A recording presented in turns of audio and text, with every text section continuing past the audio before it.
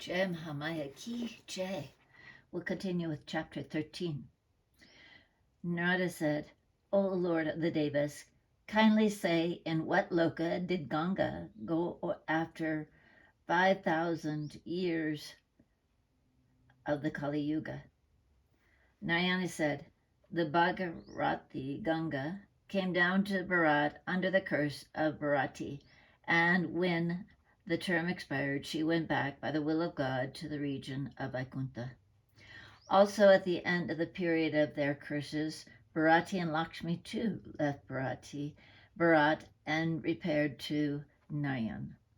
Ganga, Lakshmi, and Saraswati, these three, and Tulsi, are these four and are very dear to Sri Vishnu. Narada said, Oh, how did Ganga appear from the lotus feet of Vishnu? Why did Brahma put her in his kamandalu? I have heard that Ganga is the wife of Shiva.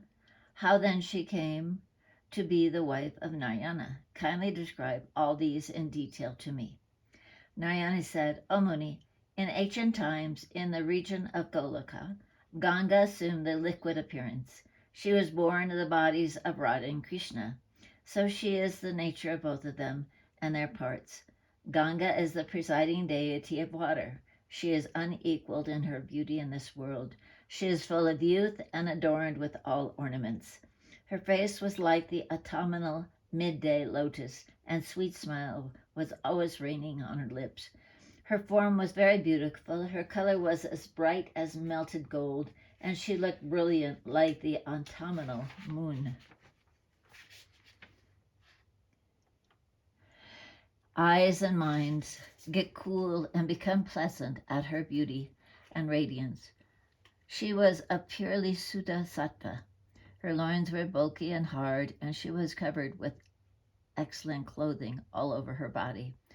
Her breasts were plump and prominent. They were raised hard and nicely round.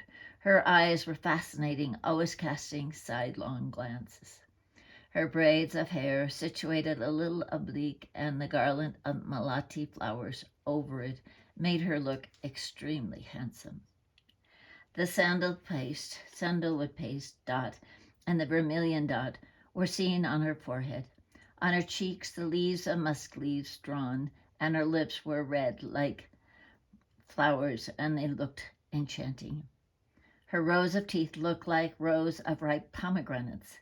The ends of her teeth, not inflammable by fire, worn in front in a knot around the waist. She sat by the side of Krishna, full of amorous desires and unabashed. She covered her face with the end of her cloth and was seeing with a steadfast gaze the face of the Lord, and she was drinking the nectar of his face with great gladness. Her lotus face bloomed and became gladdened at the expectation of a first embrace. She fainted on seeing the form of her Lord, and a thrill of joy passed all through her body. In the meanwhile, Radhika came up there. Radha was attended by 30 kotis of gopis. She looked brilliant like 10 million moons. Seeing Ganga by the side of Krishna, her face and eyes became reddened, and her anger like a red lotus. Her color was yellow like champaka, and her gait was like a maddened elephant. She was adorned with various invaluable ornaments made of jewels. The arghaya offered by Krishna on her lotus feet of the color of a flowering shrub hibiscus mute, and she was going slowly step by step. The rishis began to fan her with white kamaras. No sooner she, descending from the excellent aeroplane decked with jewels, began to walk. Below the points where the parting of the hairs on the head is done, there was the dot of sindoor on her forehead. It looked brilliant like bright lamp flame. On both sides of this sindoor bindu, the dot of dusk and the dot of sandalwood paste were seen. When she began to quiver with anger, her braid with parijata garland round it began to tremble also. Her lips, adorned with beautiful colors, began to quiver also. She took her seat angrily on a jewel throne by the side of Sri Krishna. Her attendants took their seats in their allotted positions. Seeing Radha, Sri Krishna knew from that she was upset. Krishna got up at once from his seat with reverence and addressed her, smiling, and began to converse with her in sweet words. The gopis, too, very much afraid, and with their heads bent low, began to chant hymns to her with emotion. Sri Krishna also began to praise her with stotras. At that moment, Ganga Devi got up and praised her with various hymns and asked her welfare. With fear and with humble words, out of fear, her throat, lips, and palate were parched up. She took refuge humbly at Sri Krishna's feet. Sri Krishna then took Ganga Devi on his breast when she became afraid and quiet. At this interval, Ganga looked at Radha, seated on a throne, lovely and sweet, as if she was burning with Brahma fire. Since the beginning of creation, she is the sole lady of Sri Krishna. At the first sight, she looked young, as of 12 years old. Nowhere in the universe can be seen a lady so beautiful and so qualified. She was peaceful, calm, and quiet, lovely, infinite, and having no beginning nor end. She was auspicious, well endowed with all auspicious signs, and having the good fortune of having a best husband. She was the foremost jewel amongst the ladies, and appeared as if the beauties were concentrated in her. Radha is the left half of Sri Krishna's body. Whether in age or in strength or in beauty, she was in every way perfectly qualified for Sri Krishna. Lakshmi and the Lord of Lakshmi both worship Radha. The excellent brilliance of Sri Krishna was overpowered by the beauty of Radha. Taking her seat on the throne, she began to chew beetles offered by her attendants, betel nuts. She is the mother of all the worlds, but no one is her mother. She is fortunate, respected, and proud. She is the ruling lady of Sri Krishna's life and soul, and ever dearest to him than his vital breath. O Devarsi, Ganga, the governess of the Devas, looked at her over and over again with a steadfast gaze, but her eyes and mind were not at all satiated. At this moment, Radha addressed smilingly to Sri Krishna, the Lord of the world, humbly and in sweet words. O my Lord, who is this lady sitting by thy side, looking askance, eager, and with a smiling countenance? She is enchanted with thy beauteous form and fainting away. Her whole body is excited with joy.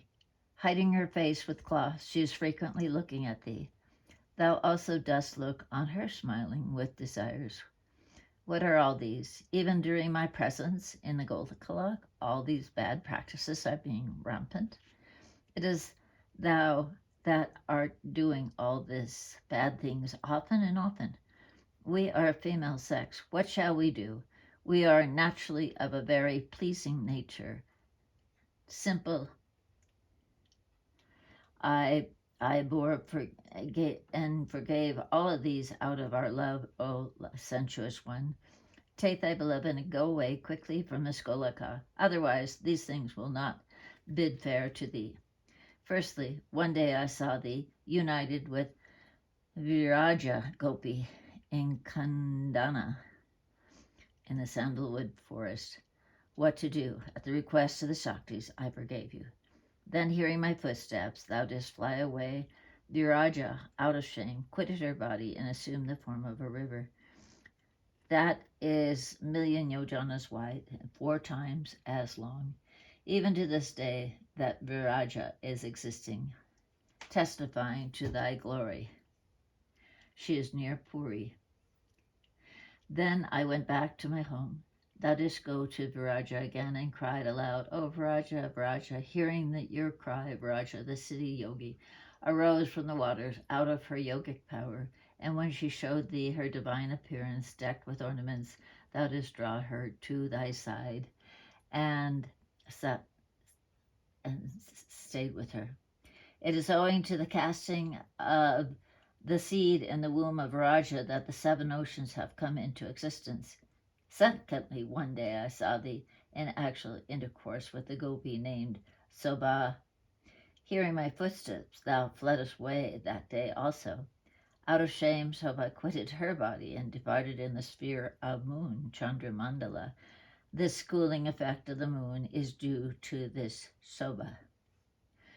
When Sobha was thus distressed, thou didst divide her and put some parts of gems and jewels, parts to excellent pearls and gems, partly on the face of women, partly to the bodies of kings, partly to the leaves of trees, partly to flowers, partly to ripe fruit, partly to corns, and partly to palaces and temples, partly to purify materials, partly to young and tender shoots and foliage, and partly to milk. Thirdly, I saw thee united with Prabha Gopi in Vrindavana. Thou fleddest away, hearing my footsteps, out of shame. Prabha quitted her body and departed to the solar atmosphere. This Prabha luster, which is the luster, is fiercely luminosity of the solar atmosphere. Out of the pangs of separation thou criest and didst divide Prabha, and didst partly admit as yakshas, partly into lions amongst men, partly amongst the devas, partly to the Vishnuvas, partly to serpents, partly to Brahmanas, partly to munis, partly to ascetics, and partly unfortunate and prosperous ladies. Thou hast to weep then after thou hadst thus divided Prabha for her separation, and fourthly I saw thee in love union with the Gopi Shanti in Rasamandalam. On the coming of the spring season one day, thou wert with garlands of flowers on thy neck, and with thy body besmeared with sandalwood paste, decked with ornaments, was sleeping on the bed of flowers with Shanti Gopi, decked with gems in this temple made of gems and pearls, and illumined by a lamp of jewels, and thou wast chewing the betel given by thy beloved. Hearing thy sound, thou fleddest away. Shanti too, out of fear and shame, quitted her body and disappeared in thee. Therefore Shanti is reckoned as one of the most noblest qualities. Out of the pain of separation thou didst divide the body of Shanti and distributed it partly to forest, partly to Brahma, partly to me, partly to Subha, Sattva, Lakshmi, partly to the mantra worshippers, partly to my mantra worshippers, partly to the ascetics, partly to Dharma, and partly to the religious persons. 50 dosts. Thou remember that one day, anointing all of thy body full with the sandal paste and good scent, and with garlands on thy neck, well dressed and decked with jewels, thou wert sleeping with Sama, Kasama, forgiveness, Gopi, in ease and happiness, on a bedding interspersed with flowers and well scented.